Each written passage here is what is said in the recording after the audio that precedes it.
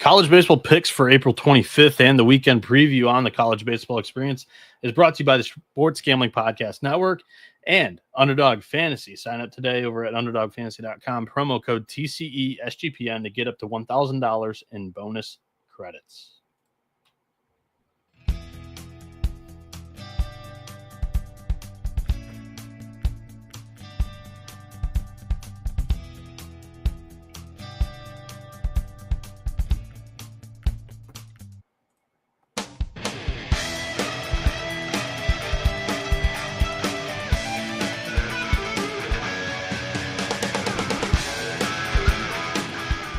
And we are live for college baseball picks on April 25th and the entire weekend. It's absolutely loaded. We've got rivalry games galore, plenty of matchups for conference races and first place matchups and some mid-major conferences that we'll glance over as well. Currently 9 games with betting odds that we'll run through, and then we'll touch on those leftovers at the end.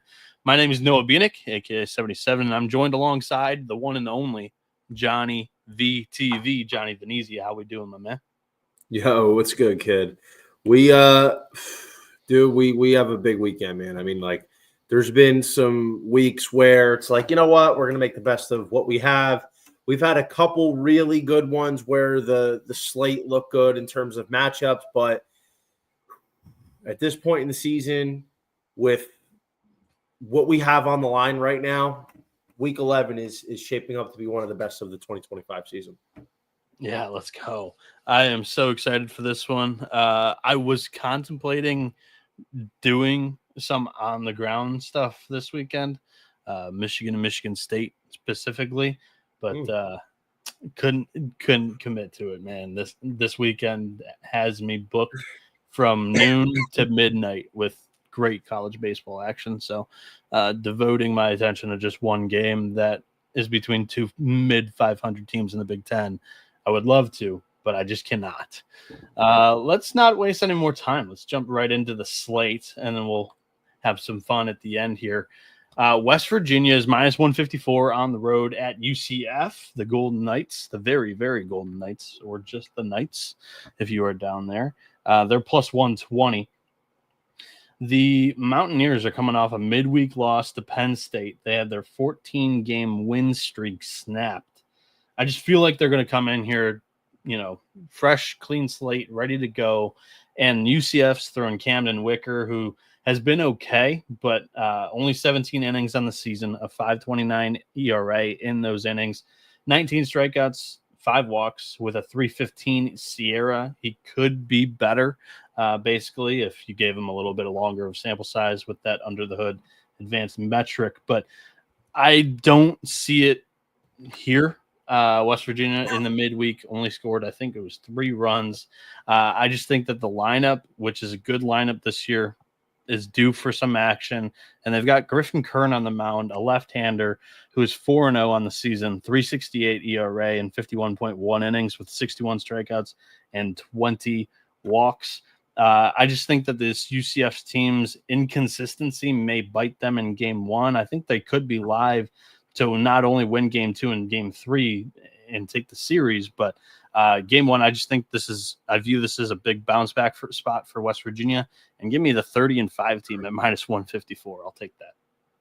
Yeah. So last week I had TCU in game 1 with Tommy Laporte, UCF. That was a layup. That was free money. Camden Wicker was on the other side for UCF. And Noah, this is a nice team that we talked about preseason as a Big 12 dark horse along with Kansas. And they obviously haven't lived up to the billing. But as a team that had a great series last weekend at TCU, ended up coming back from down 0-1 and taking the series against a top 25 TCU team. I think we can both agree that they're much better than what their record suggests. So This is no layup of a series. And I mean, anybody that's listening to me all year, I'm not a big WVU fan this year. I thought they'd be solid coming into the year. I think what we're seeing is a 30-5 team pacing the Big 12, which is nuts to me. It's a product of a layup butter schedule like Georgia Tech's haven't really beaten anybody. And, listen, UCF is certainly capable of taking the series this weekend, especially at home. But with Wicker going for UCF, I think this is a WVU spot, bounce back. You got your best arm going. Kern's been good. I wouldn't say he's been great, but why Kern has really shined is because he's been consistent. You look at the last 3 starts, 6 2/3, 3 runs against Utah, six innings, 2 earned against Houston, 5 2/3, 2 earned against Cincinnati. Honestly, he's had one rough start really in conference, and that was at Oklahoma State, where 3 1/3, 6 hits, 4 earned. So I think Griffin Kern of West Virginia is a good spot at a fair price on Friday night. That is one that I expect to probably get ballooned out before game time, Noah. Bingo. That is why I mean, perfectly said. Minus 154. It's a great price. Minus 190, where this thing could finish. I won't want any action on that. But right now, this is a play. Game number 2. Let's talk Arkansas at Florida. Both of these teams coming off of very different weeks. Arkansas, I thought, ran into a red-hot Texas A&M team last week, and they lose 2 of 3 at Ballm Walker, and they lit them up. So let's start game 1. Texas A&M wins close game 1. Arkansas scored a lot of their runs early on Prager. Game 2, which was the first game of the doubleheader, they lit up Texas A&M. It was really a no contest after the 4th or 5th inning. They got the Lampkin. Game 2 of the doubleheader, game 3 of the series, there was a little bit of rain, and Arkansas showed life after the rain delay, possibly wanting to steal the series, but ultimately Texas A&M took it. And Mississippi State, Florida was an ugly series, I think, just watching that. I was not impressed really with either bullpen. It just seemed like anytime that anybody outside of the starting pitcher got on the mound, they got rocked. And I don't think that Florida is going to be able to take advantage of that bullpen in that type of matchup against Arkansas. But Zach Root, on the season, he's been great. 5-2, 4.19 ERA, 53.2 innings pitched, 73 strikeouts, 20 walks. But on the road, it's a 5.51 ERA. I think that's a slight hole that I'm able to poke and get on the Gators with plus money here. Liam Peterson's been great, 6-2 on the season, 3.74 ERA, 45.2 innings, 67 strikeouts, 20 walks. And at home, he's been a full run and a half better at 2.01 home ERA there than he is on the entire season. So give me the Gators at Condren in game 1 to get off on the right foot, carry on that momentum from an Easter weekend victory. I think they win 3 straight, or not 3 straight, but I think they take 3 of 4 in the SEC here. Give me Florida at plus 140. Johnny, what are your thoughts on this game? Yeah, so listen, here's the thing. Like Arkansas, everybody's been riding for the whole season. Like West Virginia, like Georgia Tech, Arkansas was benefiting from an incredibly easy schedule, stat padding, making that run to give themselves a nice cushy top 3 D1 baseball top 25 ranking. And listen, I think Arkansas is good. I think, it's not a surprise their offense is better than last year because you couldn't really get much worse than last year. The pitching has been a bit of a downgrade, in my opinion. Not by much. Generally speaking, it's still one of the top pitching programs in the nation. So let's pump the brakes there. But, losing the Hagen Smith thing, I think everybody thought Gabe Gackel was going to come in and become an ace right away coming from the bullpen. I did. It's a lot more difficult said than done. But I think moving Zach Root to the Friday role a couple weeks ago by DVH was definitely the right move. I think Zach Root's been good in his transition to the SEC. It's not a surprise that he's been good, but I don't think he's been great. I don't think he's Friday night SEC material, and that's not a knock on him. This kid was a stud at East Carolina, and he pitched behind a guy in Trey Savage that could have been a Friday night guy in almost any program in the country. I think Root is definitely a weekend guy in the SEC. He's done well, no question about it, and it's not invincible. Clearly, once Arkansas started playing better competition, I think now we finally saw them regress to the mean, losing at Georgia and losing at home to A&M. Florida's been hot lately. You have 2 teams that are kind of trending in opposite directions here, and the pitching matchup is pretty even. So now I'm thinking about it, right? Zach Root really hasn't been bad on the road. He had one disaster outing at Ole Miss. Otherwise, it's been pretty good. Like he went and shut out Vandy 7 2/3 clean. But, listen, I think Arkansas is going to bounce back here.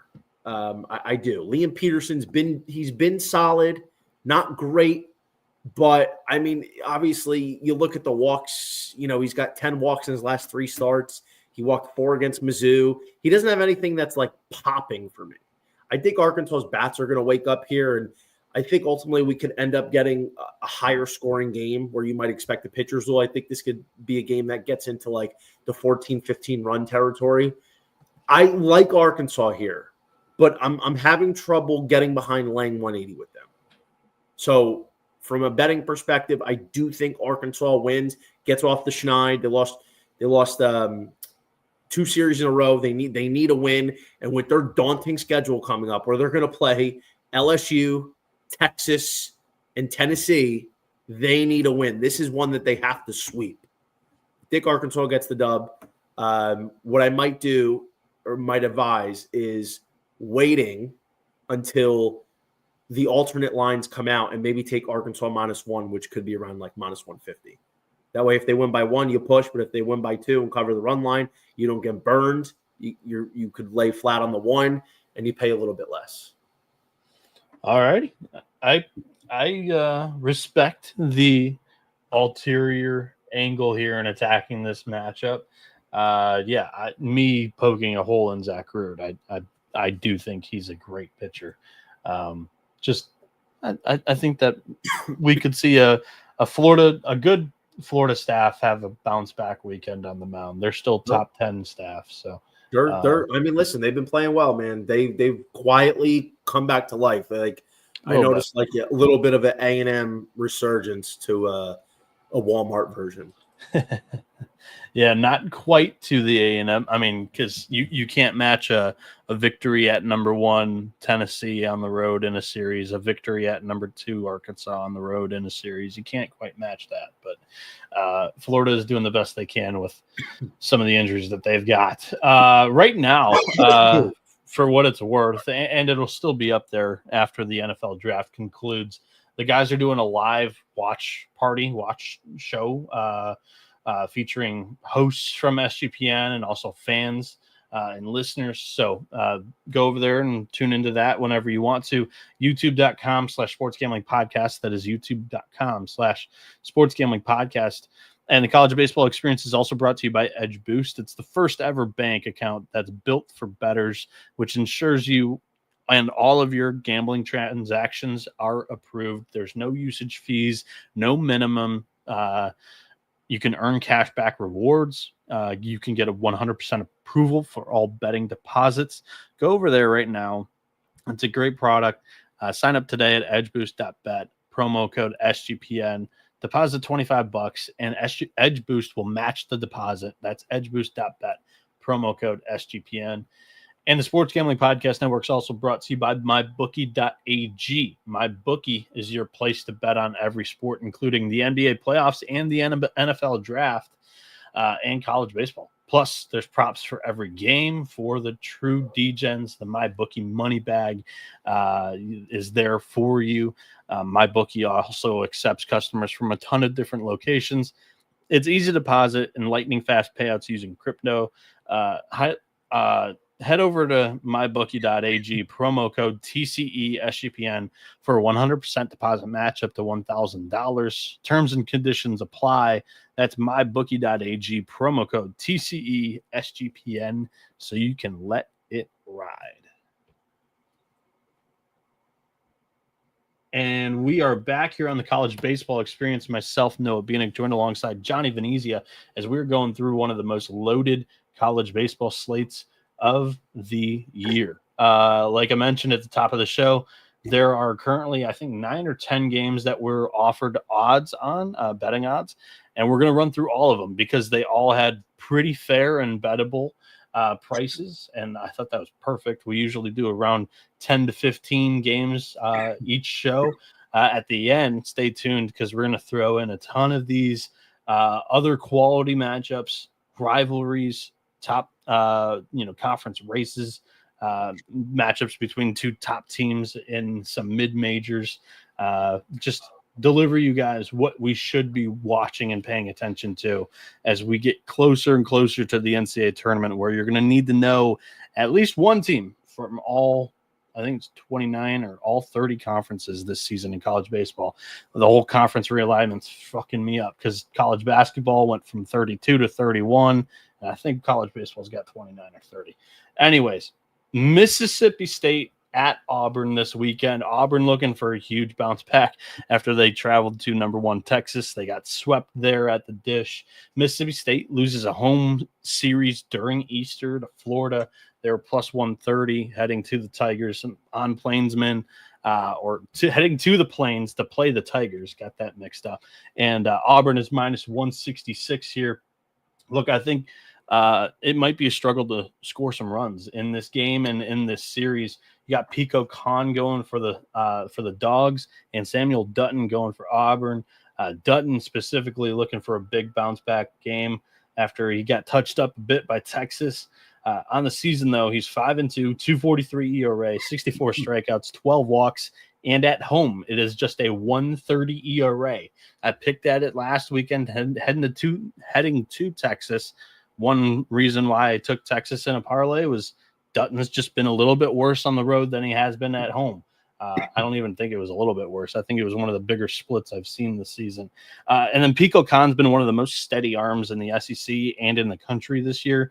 3.29 ERA, 54.2 innings. He's got 81 strikeouts, just 14 walks, and his Sierra, Johnny. So kind of eliminating defensive errors or also things that you can't really be taken into consideration, whether it be just a lot of the luck taken out of it. He's got a 160 Sierra compared to that 3.29 ERA. It's an elite arm. And to me, another reason why I think that just offense is going to be limited here in this game is Mississippi State's offense is still good, even with this split, but it's noticeably 200 OPS points worse against right-handed pitching than left-handed pitching. Dutton, one of your more funky, he's a pitchability guy, low 90s. He's not going to really go out there and try to punch a ton of guys out. But he's going to get ahead in counts, and I think that's going to make the Dogs struggle a little bit in the batter's box. So I like the under here, and I like Auburn to win the game. Johnny, how do you see this one go?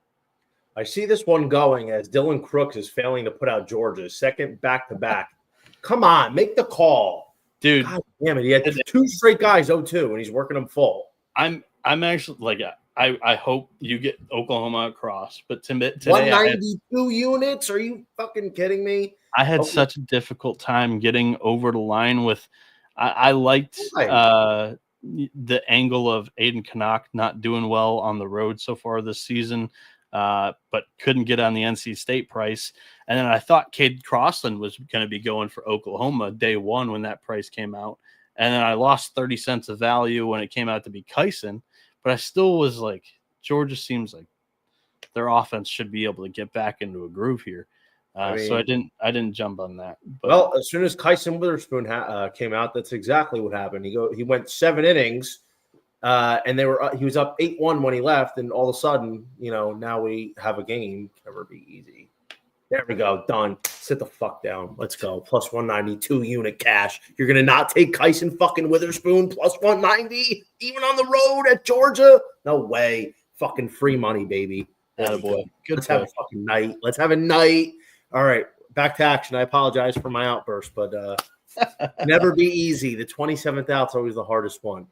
Yes. You want to highlight that comment there for us? The last one? This one. Sure does. Sure does. I got news for you. Honestly, listen, I had Kyson Witherspoon as a top 5 arm coming into the year, maybe 6th at lowest. Oh, I had him as the number 1 right-handed pitcher. Yeah.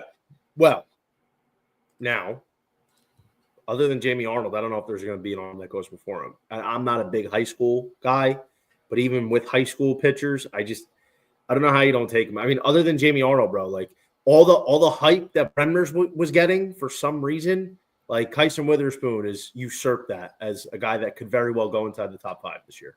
Seth Hernandez. He's a high school guy, though. He's going to go top 5. He might. It's the kid that was committed to Vandy. Yeah. I don't believe in taking high school guys that high. They rarely reach that superstar status. Like there's very few examples like Bobby Witt and Mike Trout, high school Hunter guys. Green. Hunter Green, yeah, like there's very few guys that do that. Like college, especially pitching the SEC, you pick up so many lessons and learn so. I love this from SK in the YouTube channel. Inside sources. But in any case, last week I was all over Texas. I felt even with Jared Spencer on Friday night at home against Dutton, I liked Texas. I said, listen, maybe Auburn gets that Friday night game or Thursday night game, whatever, because that was their best chance to win. But otherwise, I thought Texas was going to sweep. That's simply because Auburn's not as good on the road. Dutton hasn't been bad on the road, but he's clearly not been as good. And he's at home where they love to play, where Auburn is very successful.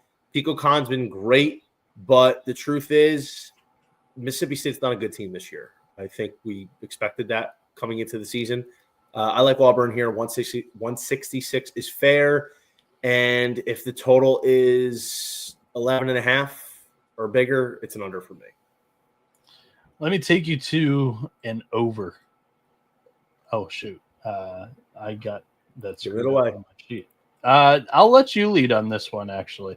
I was talking Arizona, Texas Tech, but we'll get to that game in a second. If it's not Texas and Texas A&M, this would be the biggest game series of the year. Your two most recent national champions taking each other on in Baton Rouge. Tennessee looks a little vulnerable. LSU, not impeccable. It's a big prove-it weekend for both of these squads. Johnny, you've got Liam Doyle, Cade Anderson, two of the best arms, two of the best southpaws in the country this season. Take it away. Which side are you on? What are you kind of seeing from this series?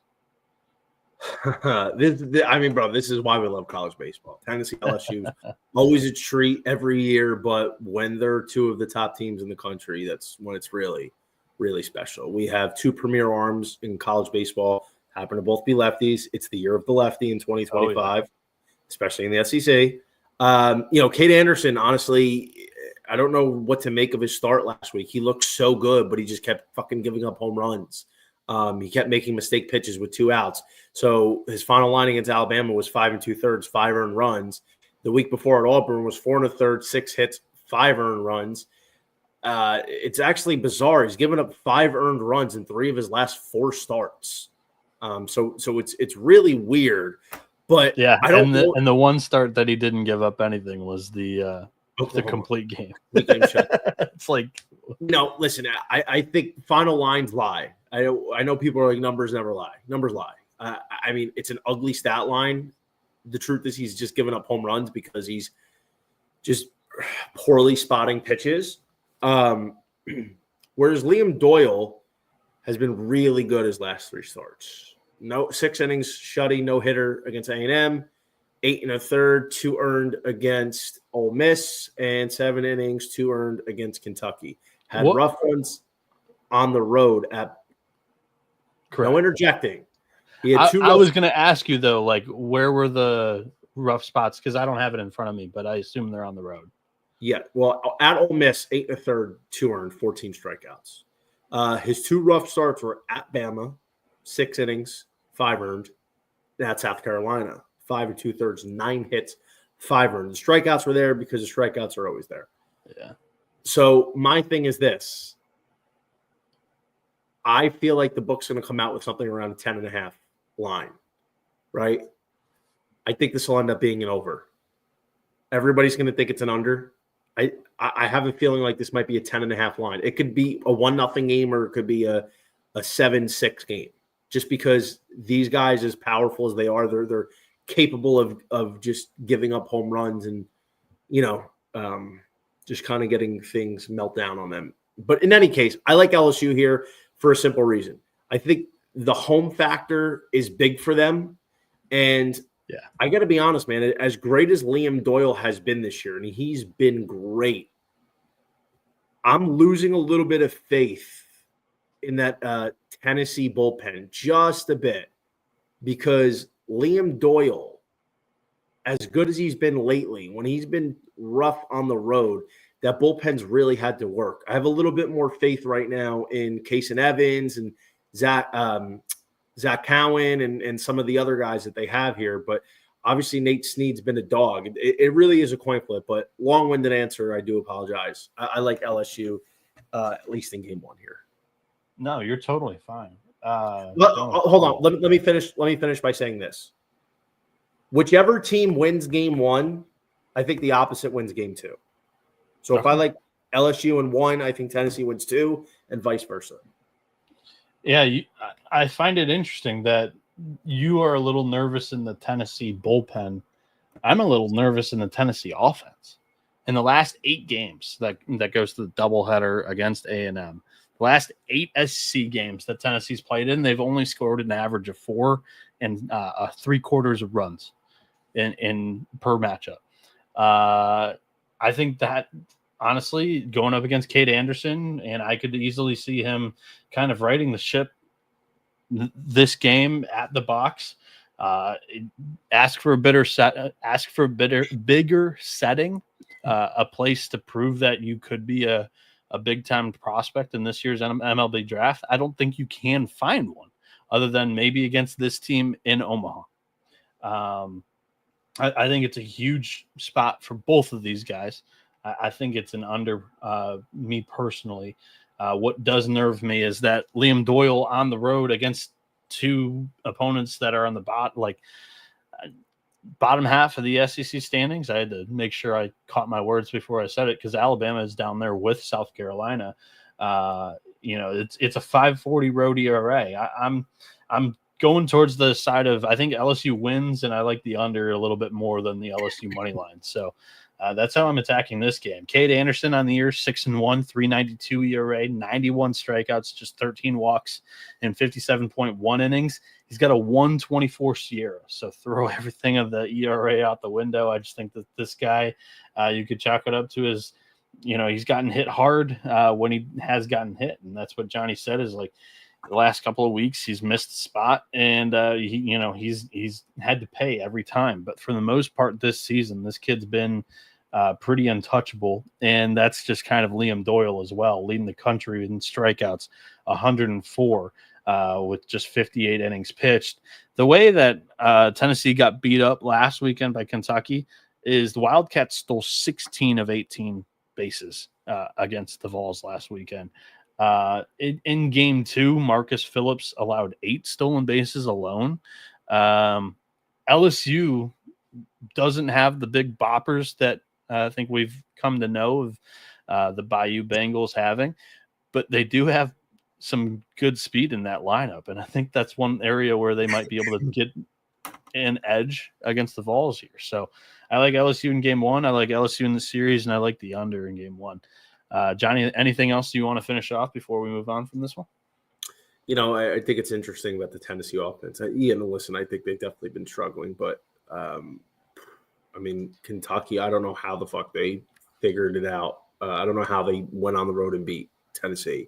They've got Tennessee's number. I think they've stolen 4 games in the last 3 years. Yeah, Ben Cleaver has been great on Sundays, but I was really surprised by Nick McKay on Saturday. I thought this is just outrageous.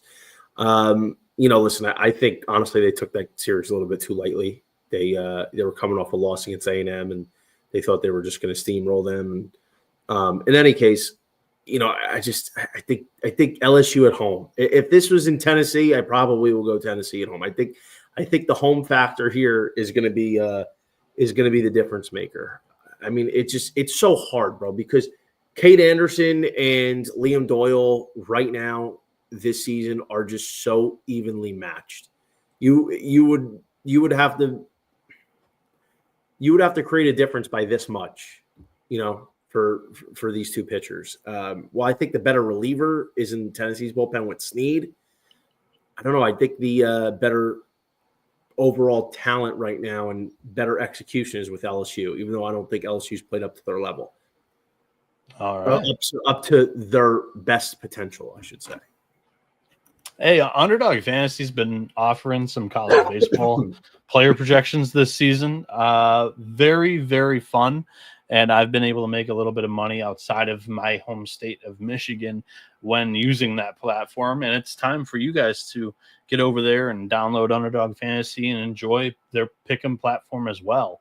You can play on any sport, and you can win up to 100x your entry. Sign up today with the promo code TCE SGPN to claim your special pick plus first time deposit offer up to $1,000 in bonus credits. UnderdogFantasy.com, promo code TCE SGPN. And Rhythm is your home for AI backed picks and props, and they are partnered with SGPN throughout the MLB season. They have their MLB model over there. They also have models for NBA and golf. It feels so good. It's almost like you're cheating. Build your own model. It's super, super easy and simple. Rhythm has some amazing deals going on right now. 25% off monthly subscription with promo code SGPN25. And you get 50% off your annual subscription with promo code SGPN50. That is Rhythm, RITHMM, promo code SGPN25 or SGPN50 to let it ride. And we're back here on the college baseball experience. Wow. My apologies. Yeah, we're home free on the college baseball experience. Myself, Noah Bieniek, joined alongside Johnny Venezia, going over one of the biggest weekends in college baseball this season. Let's talk our fifth series and game on Friday here. Johnny, I'm going to take you to an over. Okay. Arizona and Texas Tech in Lubbock. Colin McKinney on the road this season's got a 5.14 ERA. He has not gone deep in any of these road starts. It's only 14 innings, but that's for a reason. He's struggled away from the juice box. On the season, he's been good. 2.79 ERA, 42 innings, 49 strikeouts, 24 walks for the Wildcats. And they're also facing Mac Hoyer or Hewer. I think it was Hoyer. 6.15 ERA, 33.2 innings, 32 strikeouts, 15 walks. And at home, he actually is a little worse in Lubbock. A 7.36 home ERA. And Texas Tech, their offense has a much better OPS and average against right-handed pitching than left-handed pitching. The OPS is almost 100 points better against right-handed pitching than left. McKinney, a right-hander. I just think that there's going to be plenty of runs scored early in this matchup between these two teams against these two starting pitchers. I like both lineups, and that's the entire issue, I think, with Texas Tech. For me this season, at least, is outside of maybe their top one or two arms. I just think that they're a little bit vulnerable on the mound. And I think Arizona takes the series. I think they go 2-3, maybe even sweep. But this one's going to be a firefight. I like this one having overruns. I think it'll be set somewhere in the 12-13 area. I think it'll score 14-15. That would be kind of my prediction on the game. Johnny, do you agree with that, or how do you see this one go? Dude, I know you were big on Arizona coming into the year, and I think they're solid. It's just so hard to lay. Tied for second in the conference that had them winning. So, I mean, listen, it doesn't mean that doesn't mean they're that good. It just means the Big 12 has been a big disappointment overall. Aww. Yeah. So listen, I think Arizona's got some demons that they have to work out.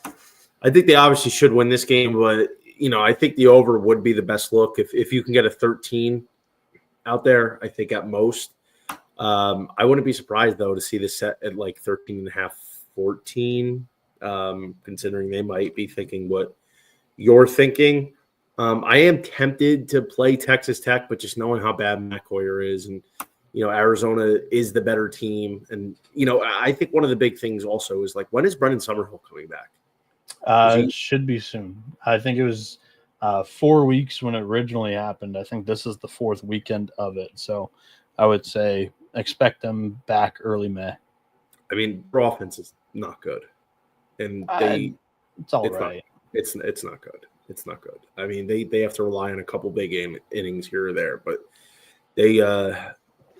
it's just a tough one for Arizona. It is a bad offense that needs a couple guys to kind of carry it, and Summerhill is a guy that can absolutely turn a lineup for sure. But ultimately, I think Arizona does get the win, but in no way, shape, or form am I laying 188 on them. And I don't even know if I'd be too comfortable putting them in a parlay. The next matchup here, I had a tough time dividing these two. Two southpaws going in this matchup. It's minus 105 on Vanderbilt and Ole Miss minus 125 on the money line here. Ole Miss maybe a little bit of a tailspin ever since a close-knit series against Tennessee. Then they lose a midweek. I think it was to North Alabama. It was not a good-looking loss whatsoever. And then they dropped the series to South Carolina, one of the bottom feeders right now in the SEC. It's just been a rough week and a half, 2 weeks for the Rebs here. But their offense is a little bit better against left-handed pitching this season. Their OPS is 40 points higher. And J.D. Thompson is coming off a all-time start against Georgia. Completely dominated that lineup. On the season, he's got a 3.95 ERA, 54.2 innings pitched, 70 strikeouts, 18 walks. It's just a matter of, do you see that momentum, him finding a groove here this season? Or are you going to take Ole Miss at home to, try to right some of the wrongs that they've had over the last week and a half? They are going to throw Hunter Elliott, who's 5-2 with a 4.04 ERA and 49 innings with a 58 strikeout, 22 walk ratio. He is better at Swayze Field for what it's worth, but not marginally better. His season ERA has since crept up since getting rocked by, or not rocked, but he only gave up 2, I think, against South Carolina. I don't know where I was going with that, but tough series for me to really decide between the two. I'm going to go Ole Miss, and for what it's worth, I think this one might go under, but not ton of conviction on either one of those picks. Johnny, do you feel a little bit better about this matchup than I do? I think the only difference is, okay, so, one thing I can see, and we've seen this happen before. It happened with Kate Anderson, actually. When you have just an unbelievable start, when you have a complete game, most of the time what happens is the next time out, you're fatigued and you're still recovering, and you just have a regression. You don't have a sharp outing. And I think J.D. Thompson, and you know this, bro, J.D. Thompson was one of my best arms coming to the draft. I think he's going to be I think he's a first rounder. I think he's one of the best arms in the country, no doubt about it. I think we could see a regression on the road here. Vanderbilt has been notoriously worse on the road. This is a huge letdown series. And just as an FYI, and it's no disrespect, honestly, but I'm kind of shocked that from last weekend, we're getting all this Vanderbilt. They might be a top 5 national seed hosting. They're inside the top 8 right now. I don't know what team most of these people have been watching all year. Vanderbilt doesn't have one signature series before the Georgia sweep. The Georgia sweep is incredible. It's a huge sweep, absolutely. But you lose at Auburn. Hold on. You lose it. You were at the A&M series win, right? Yeah, but that was before A&M decided to actually fucking show up. And by the way, but it's aging well, so that's why the resume is getting better. Because it took them like 2-3 weeks after that to get going. So that A&M series at the time, if they played A&M now, it's a different series. They lose at Auburn. They get swept at home against Arkansas. They lose at Oklahoma. Like some of their bigger series, they've lost. So I don't know where we're getting this notion that Vanderbilt's a top 5 team, or even a top 8 team, or even a top 10 team right now. They have one signature win, and it was incredible, no doubt. But I'm not sold on them. We're giving them way too much credit. This is a letdown spot. This is the kind of spot where they've struggled on the road this year, all year, that if after sweeping Georgia, they're able to go on the road and take 2 of 3 from Ole Miss, who's been a tough team this year. And J.D. Thompson, it would be just as incredible if he follows his complete game startup from last week with another masterpiece tomorrow. Ole Miss, short favorite home. Hunter Elliott has not been great, but to be honest, like 5 2/3, 3 earned, 6 innings, 4 earned might be enough in this one. I don't think he has to be great. I like Ole Miss in the short spot. To your point too, if you get that road Vanderbilt offense, it's going to be tough for them to put a 4 and 6, So, I like Vandy. I'm not like so harshly out on them. I just think that they're a middle of the road SC team, and a middle of the road SC team this year is a top 25, top 20 team. So I have nothing against them. It's nothing personal. I like Vanderbilt. I love JD Thompson. I like Sawyer Hawks. Love RJ Davis. I mean, I like a lot of their players, dude. It's nothing to do with that. But this is a true unbiased, or I would think, in my opinion, it's objective. Take it for what it's worth. But this is what we do. We're handicapping. Like if we have opinions on something other than handicapping, I think very highly of Vanderbilt. But this is a tough spot on the road. Like JD Thompson's coming off 8 innings, 1 earned run, 14 strikeouts, where he threw 120 pitches. He's thrown 100-plus pitches in back-to-back starts. He's thrown 100 pitches in 3 of his last 4 starts. And I think ultimately a lot of times we've seen pitchers come off high pitch count volume. The next week, they've not been as sharp. Like if he has another outing like he did at Oklahoma where he goes 5 innings, 4 earned, I'm not surprised at all. Yeah, and for what it's worth, I don't disagree with your handicapping. I actually like it. I think we landed on the same side. Glad I got your approval. Thank you. Yeah, let's do it. Let's go Rebs. Don't let the Rebs get hot. Johnny, we have a Lone Star showdown this weekend. If anybody was living under a rock, Jim Schlossnagle, the former head coach of Texas A&M, took the Aggies to a national championship appearance last year and jumped ship afterwards and took the Texas head coaching job. And just to replay this thing, they were in a mad scramble. Transfer portal was already going on. It was 2 weeks in. And everybody of that Aggie lineup and pitching staff were jumping in the portal, going to the MLB draft. A lot of uncertainty. Michael Early, who's now the Texas A&M head coach, he was part of the coaching staff that originally had left College Station for Austin. He's the only one that came back. He assembled a brand new coaching staff, and they are the hotter team with less injury concern coming into this weekend, which I wouldn't have expected Texas to be the number 1 team in the country in this weekend. They're at April 25th when we're talking about this series. But I think the storylines explain themselves. Johnny, I'm going to let you lead off the big heavyweight match. First time that these two have played on a weekend since, I believe, 2014. This is divine. I mean, do we get HBO or something to come in and televise this game? Like, how does something like this work? I mean, listen, it's not the fact that you have 2 teams in Texas, 2 premier teams in the state of Texas. It's not just the fact that they're SEC. It's not just the fact that they're 2 of the most talented teams littered with prospects in this year's draft, next year's draft, and in 2 years' draft. It's not just the fact that Jim Schlossnagle bolted Texas A&M for Texas. That is a big part of it, but it's not just that. It's the whole goddamn thing. It's all of those things combined. I think the fact is now, like, Texas, and this is just my pure opinion.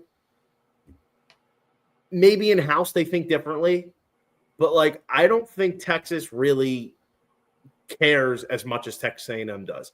I think this is just another day at the office for Jim Schlossnagle in Texas. Why? Because Jim Schlossnagle is not the one that got fucked over. Texas A&M is taking this personally. I think they're going to come out with their heads on fire. These kids are so pissed off at what their head coach did to them, left them high and dry at the 11th hour when he said he wasn't going to leave, that I think they're ready to come out swinging. And most of these kids from last year's team are on this team. At least the centerpieces are. So the fact is, I think A&M is going to win this series. Me And too. and I hate this because I was huge in Texas. Texas was a preseason Omaha 18 for me this year. I definitely viewed them as a preseason Omaha contender. And I have a couple tickets on them, and it sucks. We lose Max Ballou, one of my Golden Spikes guys. I'm a huge. Oh no. He's stuttering a little bit on the with the Wi-Fi over there. I had heard my voice cutting in to his. It's not mine. It's your Wi-Fi. It's your Wi-Fi. It's not mine. Mine's good. So fix it. But Jared Spencer. Jared Spencer. He's probably gonna miss the season, which like these injuries are killing him. That's unbelievable. I'm sick for him. But like I want to see Texas do really well. But now that really helps A&M. Texas does not need this game. They do not need this series. Unless they completely collapse the next month, they're going to be a top 8 national seed. And it doesn't matter if they're the 1 or the 8 seed. So now what they had to do is move Riojas from the Sunday roll into the Friday roll. Harrison Saturday. Now Jason Flores is going to go Sunday. They still have a lot of pitching. It's Johnny, not Noah for once. Oh, fuck you, Crutch. It's him, not me. My Wi-Fi's gotten better.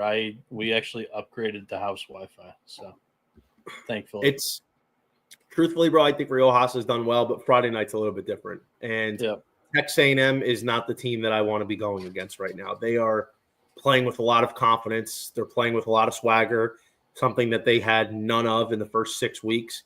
And when A&M's playing like they are, it's very dangerous. And I got news for you. I would say they're probably playing about 60% up to their potential right now. Yeah. Their offense is barely scratching the surface. Their offense isn't fully capitalizing on all these opportunities they have. Ryan Prager and Justin Lampkin and Miles Patton have not been as good as we've known them to be earlier in the year. They've been regressing to the mean. So once they get back to what they've been doing and their bullpen continues to fine-tune, it's going to be scary. I think A&M even money is money here. And, I didn't even know what the line would be if Spencer was going in this one. The one question I have is this. So I have A&M for the series. I think A&M honestly could sweep. In all fairness, I think they could sweep this series. I would love a price on that. What scares me is this. At what point does Michael Early continue to roll with Ryan Prager on Fridays if he struggles? This would have been the weekend to readjust and move him to Sunday.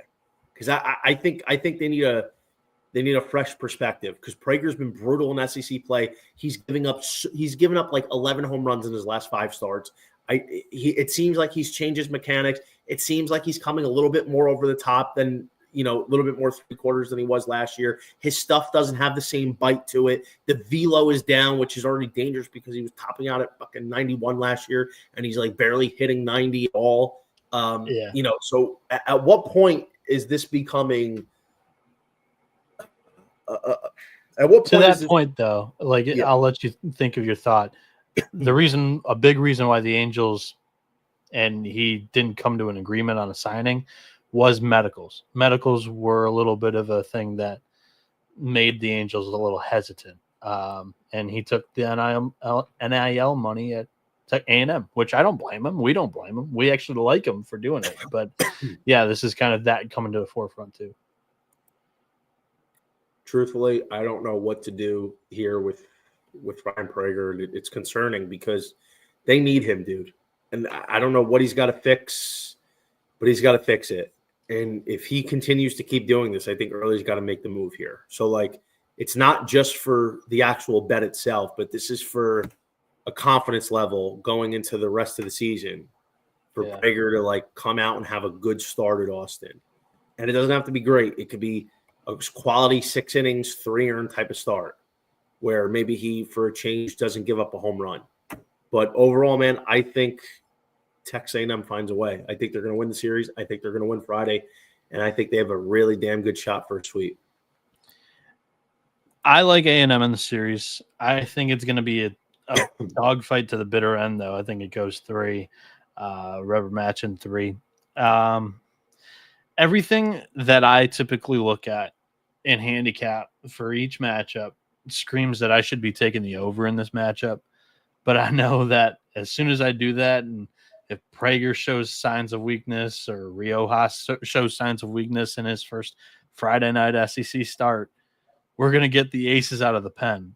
And the bullpens have been insane for both of these teams recently. So you've got Dylan Valanis, the freshman lefty for Texas, who's only surrendered 1 run in SEC play, or Max Grubbs, who is the former Friday night guy of this team last year. And then for A&M, Weston Moss just last weekend went 5 innings scoreless against Arkansas. So, yeah, I'm going to be hesitant on the over. But like I said, everything that I'm about to read points me to that over. Prager, Johnny had mentioned it, been a little shaky lately, especially in the SEC. On the year, it's a 4.29 ERA. On the road, it's a 5.94 ERA. 56.2 innings total this season, 51 strikeouts, 14 walks. In another week, I would have probably maybe seen you out, but Lampkin didn't have the greatest start against Arkansas. And is Miles Patton the SEC Friday night guy? I don't know. I loved Patton out of Long Beach State. I just think that's a huge step up. I like the veteran lefty Friday night for A&M. He's at right now not pitching to that capability of every Friday night he's going to get you a win, but I don't think there needed to be a change. Riojas had to change. Honestly, he's going on short rest here, getting bumped up to Friday. On the year, he was a little bit of a reliever, a little bit of a starter. He's 7-1, 3.33 ERA, 48.2 innings. I think this is his 4th start now. He's got 48 strikeouts, 12 walks. A&M has better splits offensively against right-handed pitching. Their OPS is 75 points higher. They have a 112 WRC plus on the year. Texas, 117 WRC plus. Both of these offenses are solid. I think there's going to be runs scored, and then in the back half of the game, it really gets tight. We're going to get a lot of drama. There's going to be plenty of tension in that building. I heard that there's some Aggie fans that bought up some tickets as soon as they came out. I'm interested to see how true that could be, because I don't think that Longhorns fans are going to let them take over their building. I think Texas wins game 1, and then the Aggies take game 2 and game 3. I like the bullpen for Texas a little bit more than the Aggies.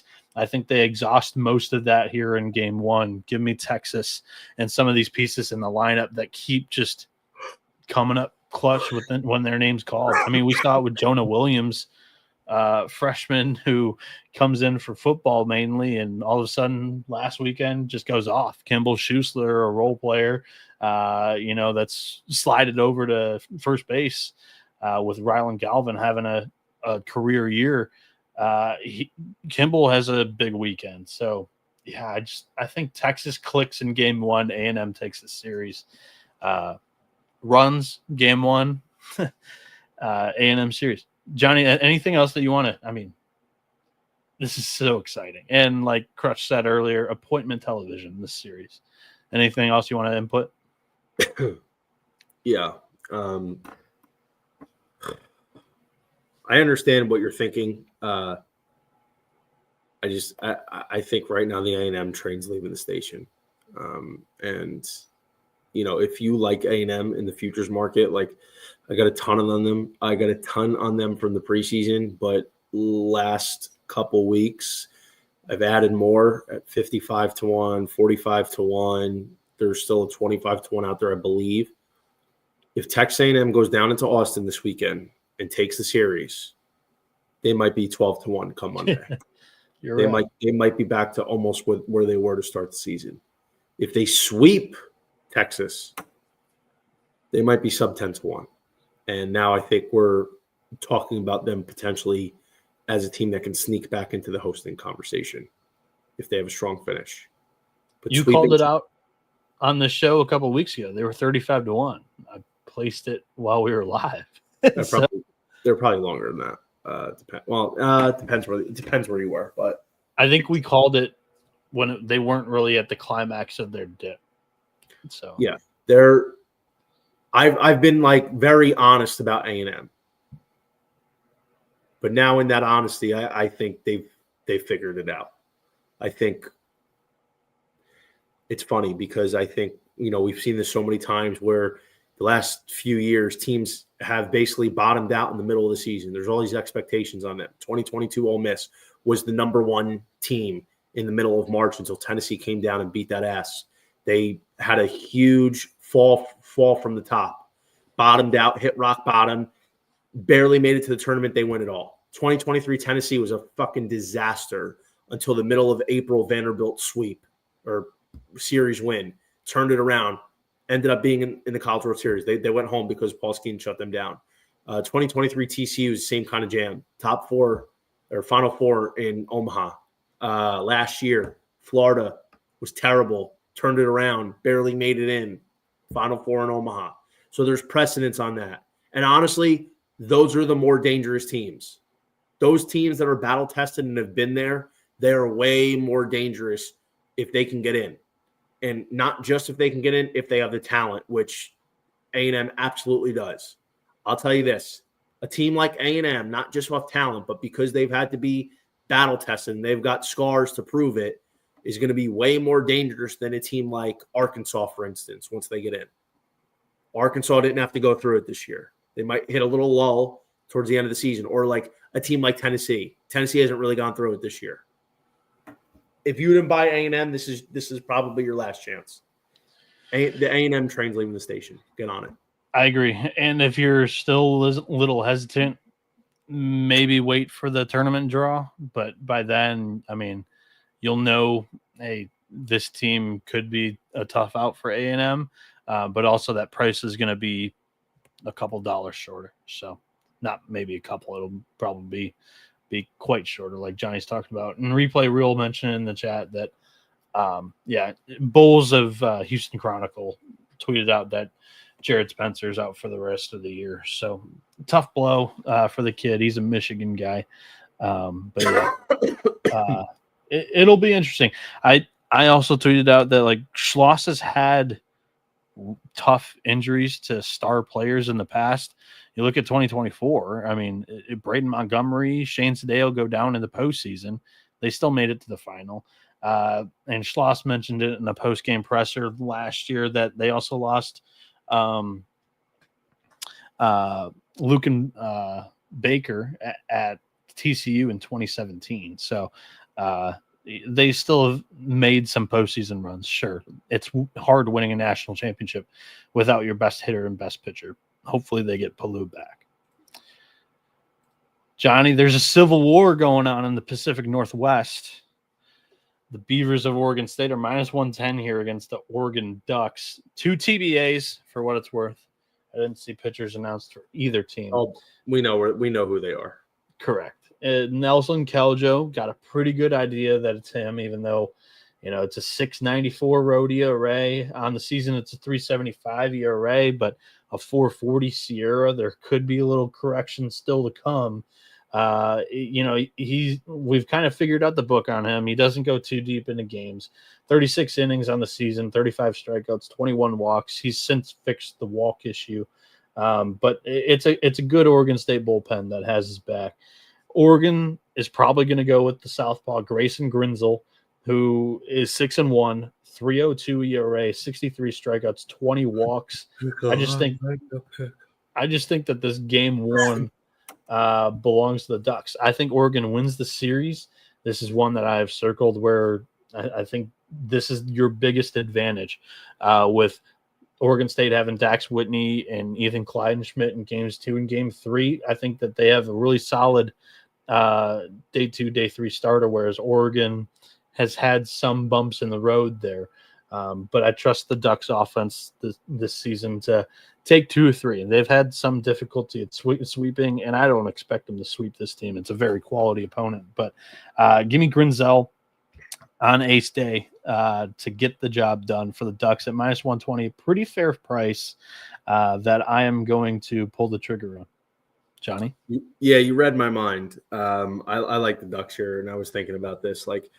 Oregon State is a great matchup, but it's not just entertainment. It's not just fun to bet on, but this is a big litmus test for 2 teams that really don't face a lot of competition with their schedules.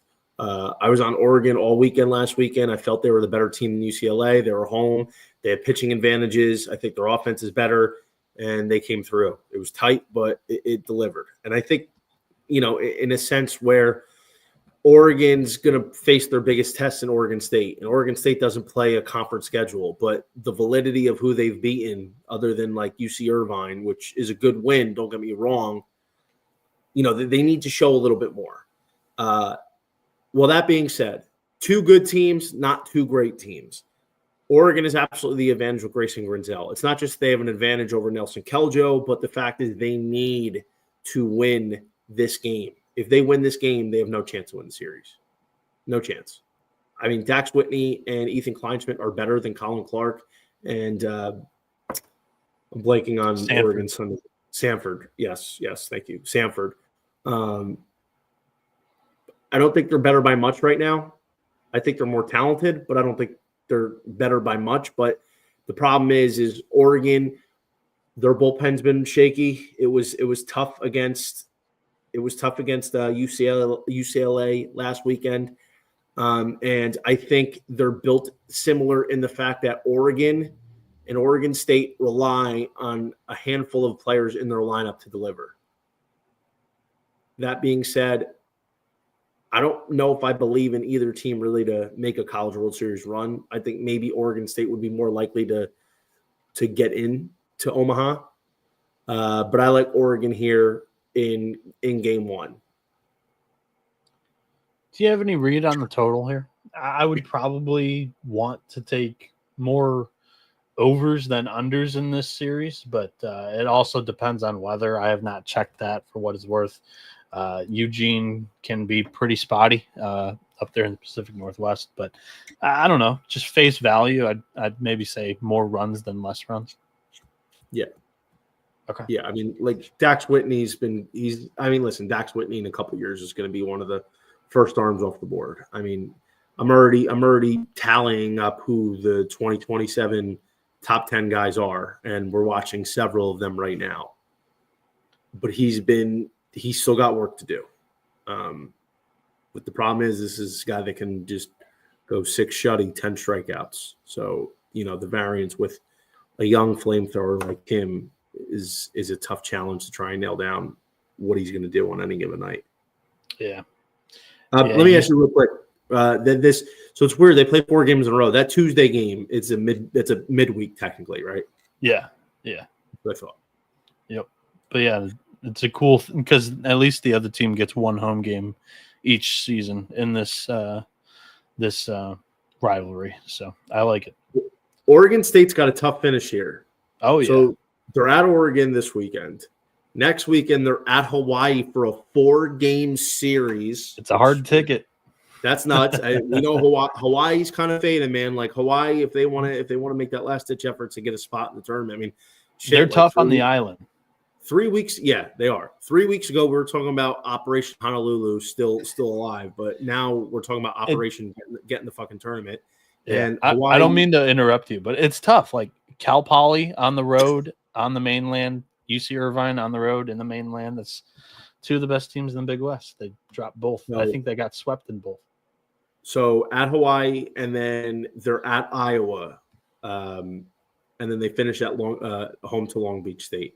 I don't think Iowa's that good, but listen, right now they're still playing pretty good baseball for what it's worth. But they've got 3 tough series in a row coming up. So this is a big stretch for Oregon State.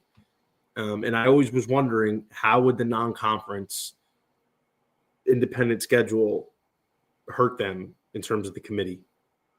Yeah. So this is a big swing for them, Noah. I agree. Some common opponents too. We'll see how Oregon State does against Iowa, and then Oregon plays Iowa for the Big Ten regular season championship that last weekend of the season. So Johnny over there struggling. Feels like me in a way. I always have the coughing fits on this show. Throat's dry. No worries. UC Irvine and Cal Poly is where we're going to finish this off. We have betting odds on this matchup. Let's go. No confirmed starter for either team, but again, kind of like Oregon State. Oregon have a good feeling of where these teams are going to go. UC Irvine's done that piggyback between Riley Kelly and Ricky Ojeda for a couple weeks in a row here. on game one. Kelly, a right-hander, has a 188 ERA, 43 innings pitched this season, 47 strikeouts, 21 walks with a 365 Sierra. And then Ojeda follows him with a 206 ERA, 39.1 innings, 55 strikeouts, and 18 walks from the left side on the bump. And then Cal Poly will go with Griffin Ness, a right-hander who has a 360 ERA, 55 innings, 20 walks with a 452 Sierra. Got touched up by UC Santa Barbara last weekend, if I do remember correctly. I know that one was, I think Barbara got some runs early in that first game. Cal Poly won game one, loses the series to the Gauchos. Possibly a bounce back weekend against the top team in the conference here. Interesting. But Ness could be due for some regression here with a 452 Sierra. I like Irvine. I think Irvine takes this series. I think they make it convincing, whether it's 2 or 3. I just think they're the better team on the mound and at the plate. I think this lineup's legit, and they seem to have figured out the starting pitching questions that I had on this team early. They jumbled up that rotation, and it's been smooth sailing. So I like the Anteaters in this game. I like them in the series, and I think this is a low-scoring series for what it's worth, with Irvine covering a couple of run lines. Your thoughts? This is the Big West for the marbles here. It's a shame that we've pretty much lost the ability to bet any conference winners outside of the Power Four since like the first couple weeks of the season. But Irvine is narrowly leading the Big West Conference right now. 145 on the road. Riley Kelly has been very good. A rough start against Hawaii last week, 5 walks, but other than that, 4 2/3, 5 hits, 1 earned. I mean, he was really good against Oregon State, 4 1/3 clean. At UC Santa Barbara, 5 1/3 clean. This kid's been really good this year, and I'm glad that they finally threw him into the rotation and in the Friday role. Trevor Hansen has been pretty good as well. The bullpen was always strong, but the rotation we saw for the first pretty much until like a month ago, the rotation was their biggest problem because this team can do it all. And now that they have the rotation solved, I feel good about them. I like Irvine. I think 145 is fair. I think Cal Poly's an interesting team, but talent-wise, I don't think they're really that close. And, both of these teams recognize it's not just a weekend series. This is a spot to lock up the conference. And for Irvine, this is basically their chance to put a stamp on them hosting a regional this year. So give me Irvine Friday night. I think Irvine definitely has a chance to sweep. I'm definitely taking them tomorrow. They're an official play on my card already. Ooh, let's go. I think the sweep is definitely possible this weekend. I like it. Let's talk about some of these other notable games and series that currently don't have betting odds. Johnny, I was texting you prior to this show yesterday. I was like, I have 28 series that I think are very quality. And I want you, if you have any input, because I'll go through and just mention maybe my storyline or two for each. And if you have any input, don't be afraid to speak up and interrupt, because I'll just roll through these. At 4 p.m. on Friday, a resurging Miami team visits Boston College. This is an interesting series because I think Miami has some at-large arguments now as an NCAA tournament team. And Boston College, Sunday, this game's going to be played at Fenway Park. That's their red bandana game. They get up for it every year. Look for that Sunday play on the Eagles. Like it. I skipped the game, 3 p.m. in the mid-major world. The battle for first place in the A10, Rhode Island and George Mason. George Mason's got more star talent on their squad. James Quinn Irons is, an absolute superstar this season at the mid-major ranks. They have a nice 1-2 in that rotation with sub-4 ERAs. Rhode Island has the better resume, so really interested to see how that goes there. Chronologically, then I think we jump into Florida State travels to Louisville. Obviously, unfortunate for Florida State and Virginia that series got canceled last weekend. More unfortunate for Virginia's resume because it'll be tough for them to climb out of that RPI hole. No, Florida they're climbing out. They're making the tournament. Solo me up. I'm going to get water so I can stop coughing. All right. Florida State and Louisville, for what it's worth. The Noles head over to Jim Patterson Stadium. Louisville has been putting up runs and not really winning some games. I was really impressed with Louisville against Clemson last weekend, for what it's worth. NC State put up some runs, didn't win that series either. Florida State comes in having a total weekend off for their pitching staff. Is that a good thing? It's a rest versus rust thing. Is it a good thing or is it a bad thing? Guess we'll find out. The next series that we had on here was Virginia at Georgia Tech. Johnny wants to talk about the Cavs.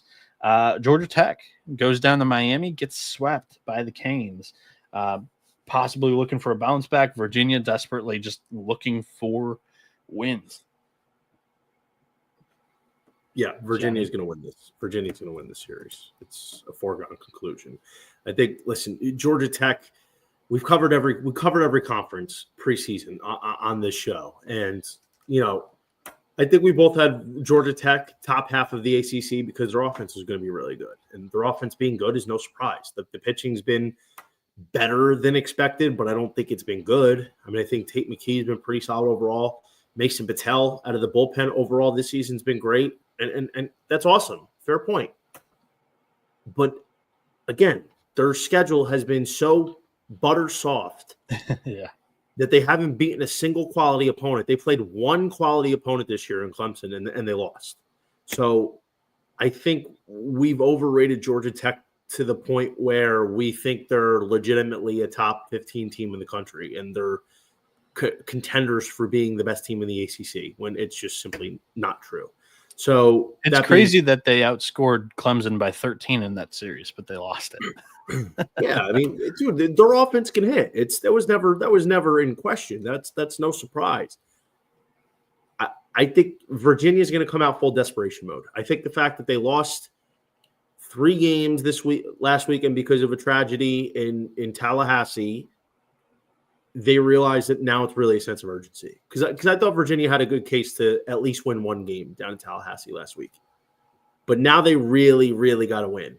And I think they're going to. I think they're going to make the tournament. It's not just because I have a $20K ticket riding on them right now. I think it's because they're a team that you don't want to see get in if they get in. They have tons of experience. They have a coach who's been there, done that a million times.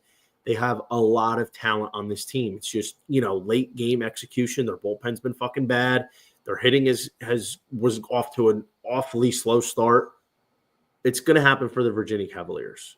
But, they have to treat this every single game from now on like it's life or death, because for their schedule, it is. So at Georgia Tech is a tough one. I think they win it. Then they come home to play Miami. I'm not sold on Miami. And then they go to Virginia Tech to close it. So I think realistically, we're going to see 9 more conference series games. I think if they go 7-2, they're getting in. Plus the ACC tournament. That'll help you out too. I mean, listen, if they let's play devil's advocate. If they end up going 7-2 to close out the year and they're 16-11, they're getting in. I don't know what the debate is. They play an ACC schedule. They're getting in.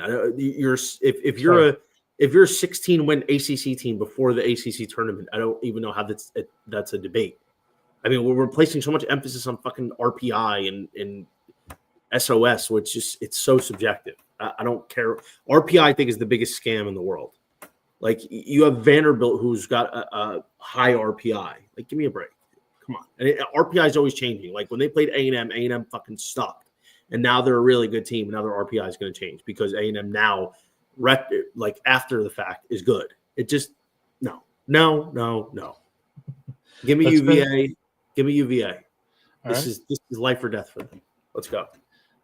Let's finish up the ACC talk. I think it's a very quality weekend in the ACC for what it's worth. NC State run rules Clemson 14-4 opening day of the opening game of the series here. They lit up Aiden Canuck. Worst start for him in the ACC in his career. plenty of hits. I think they tallied 19 hits today against Clemson for what it's worth. But that Clemson bullpen, it's still ready to go because it was basically a no contest today. So really interesting. That thing's at 6 tomorrow. Duke is hosting Virginia Tech in that one. Also in the mid-major ranks in the AAC. This was a big one preseason, kind of lost its luster a little bit here. Tulane at East Carolina.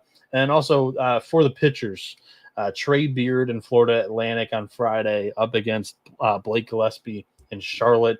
Eye and under in that matchup when that thing comes out. Also at 6 p.m., we've got Southern Miss in a tricky road spot to the Mountains against App State. They also lost a road series in the Mountains against Marshall. 6 p.m., I mentioned it at the top of the show, Michigan State and Michigan. I was kind of hemming and hawing whether I wanted to go and cover that game in person, but instead I'm going to stay at home in Command Center. It's a loaded weekend. West Virginia in the Big 12 heads to UCF. We talked about that one. Arkansas, Florida, we talked about that one. 7 p.m. window we now move to. Mississippi State we talked about on the show. St. Thomas at Oral Roberts. That one's for first place in the Summit League. I think Oral Roberts needs to go 2-1 or 3-0 to take over first place there. 7 p.m. we have Dallas Baptist at the Love Shack against Louisiana Tech. This is a nut up or shut up time for the Bulldogs. Big crucial part of the schedule. They won the series against Liberty last weekend. Now they get DBU coming to town too. So it's breaking right for the Bulldogs, but they need to win the games. Indiana at Iowa in the Big Ten. Iowa, can they continue to keep rolling along in this conference that has some potholes for their RPI in front of them? Arizona at Texas Tech, we talked about they had odds on that one. Tennessee, LSU, Vanderbilt, Ole Miss, they did too. 7:30 in the mid-major ranks. For the Southland first place spot, McNeese at UT Rio Grande Valley or Southeastern Louisiana at Houston Christian. The top 4 teams in that league are all going at it this weekend. Should be a lot of fun down there. That league might get 2 or 3 bids this season. At 8 p.m., that's the Lone Star State Showdown. Just have that one on the main screen. But we also have the Oregon State-Oregon game going on there too. 9 p.m., we have UC Irvine Cal Poly. San Diego at Gonzaga for first place in the West Coast Conference. San Diego's pitching has been really great in conference. Gonzaga right there with them. It'll be a tough place to go and win a series for San Diego, who's coming in on an 8-game win streak in conference there. And then the final game that I'll shout out here comes in the Big Ten, Penn State at UCLA, a Nittany Lions team that took down USC last weekend, or maybe those 2 weekends ago. Now they're heading out to LA to play the other LA school in UCLA, who is still battling to stay and remain at the top of the Big Ten rankings. They fell just behind Iowa, who had swept Michigan last weekend. Johnny, it should be a great weekend. Any thoughts before we go here? How could you not talk about Wake Stanford? First of all, fuck Stanford. Stanford. Fuck Stanford. They killed me. Yeah, you were so big on Stanford. Yeah. Bums. Can't even play an ACC schedule. I knew it. Come on. Yeah. That's the reason why we didn't include it. Come on. Wake has been disappointing, and Stanford's been an utter where do we put Wake Forest, man? I mean, Wake Forest, everybody was creaming over. And they're 14th in the ACC right now. I know. Well, I'm saying earlier in the year, and they've completely imploded. Where do we put them in terms of a team that is going to be seeded this year? They're on the bubble. I figured. I think, once we get the lines out, would you bet Wake Forest this weekend? No, I would not. I would not touch any of those teams anymore. They both have fucked me Stanford more than Wake, but Wake, man, I don't know what to do with them anymore. I think just leave them and let them die. I agree. I personally, that's how I feel. Just not your year. Chalk it up to a Conrad injury and how about we talk like a house of cards. All right, what about game 2 tomorrow, Georgia, Oklahoma? Obviously, we cashed a nice 2-unit play for the Sooners. this evening. I Good put pick. 2 units on it. So I saw the lines come out, and I'm like, listen, I think Clemson's going to win the game. And in Canuck, I really don't think NC State's that good. It just I don't understand how they're 13 wins in the ACC. It's kind of crazy, but in any case, I'm like, series. it's a bold thing to say after they need to win one 2 games. I was going to take them to win the series prior to today too, but yeah. In Oklahoma, Georgia, obviously I put the 2 units on 190 because I'm like, I think Georgia probably wins, but Kyson Witherspoon getting plus 190 and what's probably a misprint because the books are sleeping is that I got to be a 2 unit play because with hits, then it's like now it's almost 4 units. But in any case, Georgia now has lost 4 consecutive SEC games, if I'm not mistaken. Yep. Right? I think it's 4 in a row. Who did they play before Vandy? Arkansas? That's what I was trying to think. It was Arkansas, and they won that game 3, I believe. It was Texas, then Arkansas, then Vandy, right? Yeah, so they've lost, if you want to include the Texas series, they've lost 6 of 8, 6 of 7. They need a win. Kate Crossland's been solid, but if Georgia loses another series, the implosion's coming in for the Bulldogs right now. This is a very big game for Georgia tomorrow. I think I'd probably pick them to win. And the big part is Oklahoma burned Dylan Crooks. Yeah. So. Yep. So 6-4 in their last 10 SEC games. That's how that would come out to be. For 4-6, sorry, for Georgia. They've lost 6 of the last 10. They got swept in 2 road series in Georgia and Vanderbilt. For Georgia, Texas, and Vanderbilt. Georgia got swept in two of their last 2 road series in Texas and Vandy. Yep. Anything in the Big 12 that caught your eye? Maybe Oklahoma State, Cincinnati. How about a quick shout out for my seed Wyatt Lang for a nice 3 for 3 night. It's only 3 singles, but I will gladly shout that out. Yes. Big 12 baseball. We don't talk about it enough. Okay, so Oklahoma State, Cincinnati. It's a huge weekend for what either. What are we doing with Oklahoma State? Because Oklahoma State is ruined right now. Like what? I think they only have like 16 games left because honestly, they gotten the short end of the stick this year because they had almost the whole West Virginia series canceled, and they lost the game at Houston, and I think they might have lost something else. But I think if Oklahoma State gets above 500 for the year they're in, the Big 12 record has to be respectable, of course. It has to be around 500, but I think the way they scheduled in the non-conference, I think they're okay. Do you think? Yep. Let's say this. Big 12 baseball standings, because I was looking at them and I'm like, oh no, I don't know how they're getting in because dude, we talked about it too. This team in the preseason when we were talking to them, they don't perform well with expectations. Yeah, and listen, I still think they should be doing much better than what they've been, but we talked about how they had holes in their roster. They're 6-9 in Big 12 right now. I mean, realistically, they probably got to get themselves to 12 wins? They probably got to win 6 more games in conference. If you include, I think they just got to get. I considered throw them in that Florida boat of last season. The RPI is good enough. They just got to get over 500 regular season, and when you do that, you're obviously going to fix the conference record too. So. I think Oklahoma State, out of sheer desperation, is gonna do it. But I mean, you think about it, bro. Cincinnati's ahead of them right now in the conference. Yeah, Cincinnati's a bubble team too. Yep. So just because Oklahoma State needs it doesn't mean they're going to get it. But obviously, if I'm making this assumption without lines, I think Oklahoma State's pitching's been pretty solid. Now, like Harrison Bodorf's been really good these last few weeks, month. Bodendorf and Taylor are 2 of the top 5 arms. Youngerman coming into the rotation has been big for them. They've had some mix of Mario Pescia and Hunter Watkins, and Gabe Davis finally out of the rotation. I thought that experiment was a disaster coming into the year. Their offense is just their offense.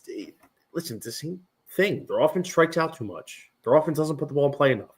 Like Nolan Schubert's been a huge disappointment for me. I was going to stand to win a pretty decent amount of money if he could have won the Golden Spikes.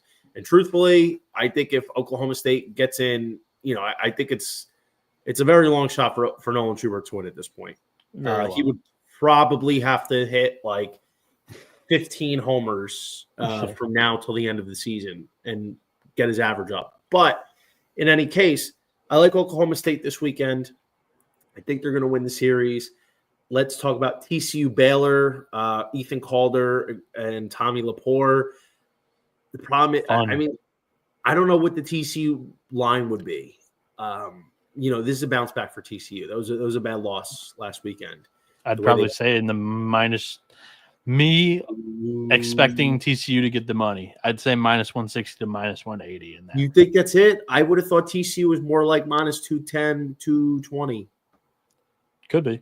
In any case, I don't think they want to take TCU money. So I think TCU is a parlay piece for this week if Tommy Lepore is going, which he should be.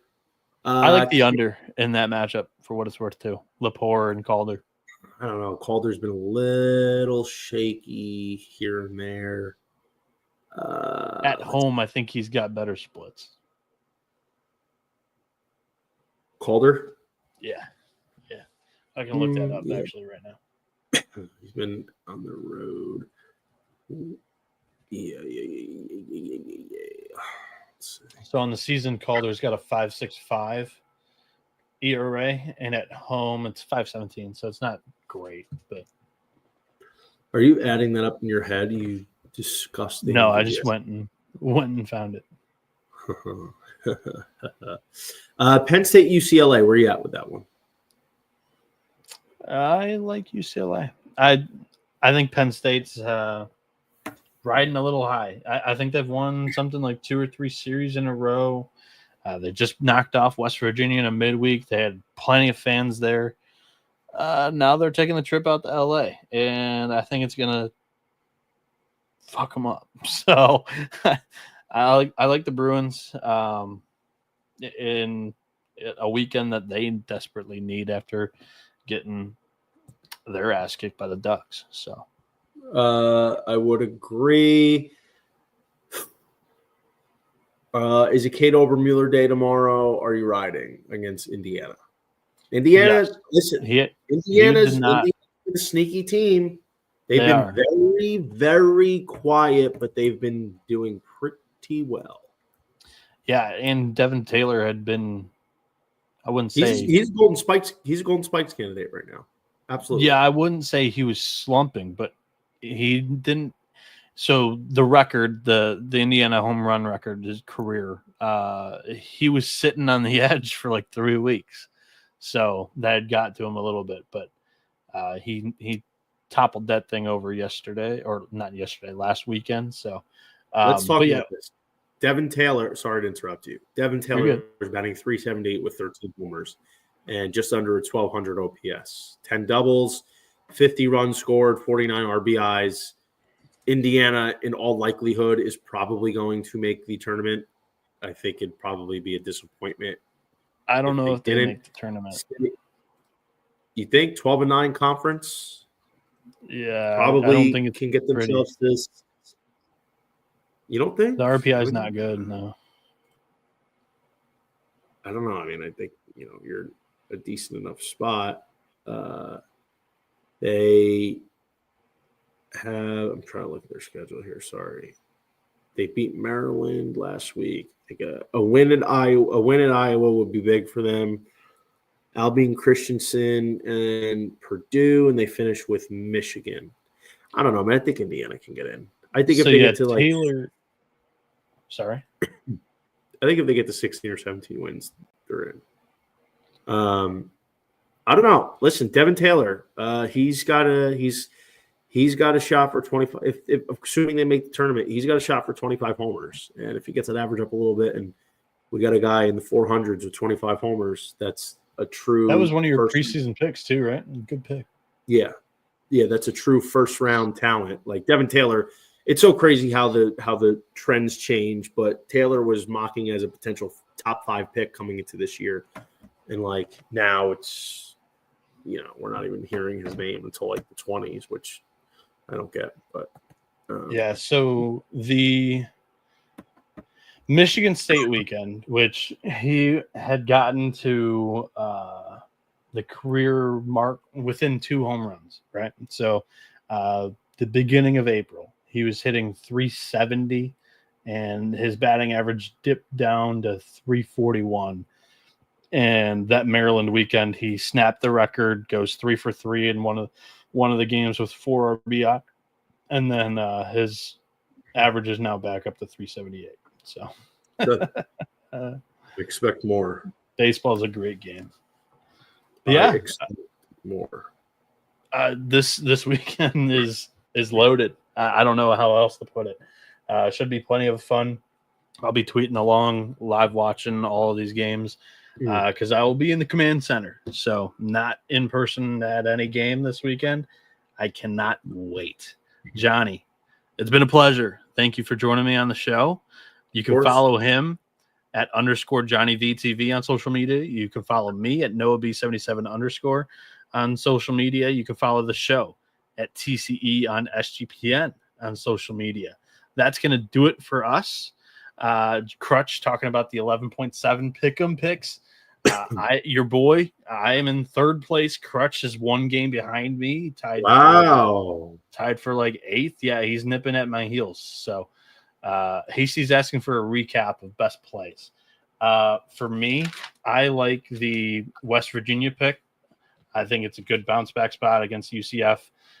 Their starting pitcher has only got 17 innings on the season for what it's worth, and I think they're most vulnerable in that first game of the year in the series. I like the under in Mississippi State Auburn. I like Auburn in that game too. If you're looking for plus money, I like Florida. I like the over in Arizona Tech when that one comes out tomorrow. And Johnny, any favorite picks?